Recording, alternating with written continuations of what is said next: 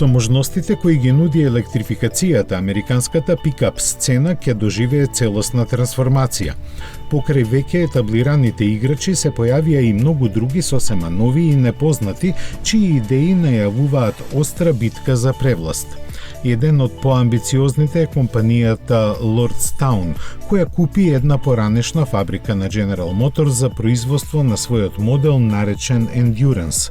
Во неговиот развој се применети неколку напредни инженерски решенија како што е скейтборд платформата со електромотори вградени во тркалата.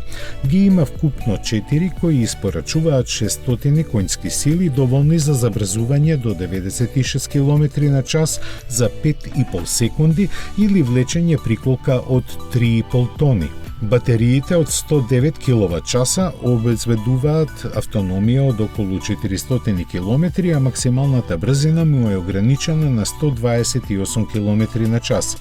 Одредена му е и цената која ќе изнесува $52.500, заради што од компанијата се надеваат на продажба од најмалку 20.000 примероци годишно.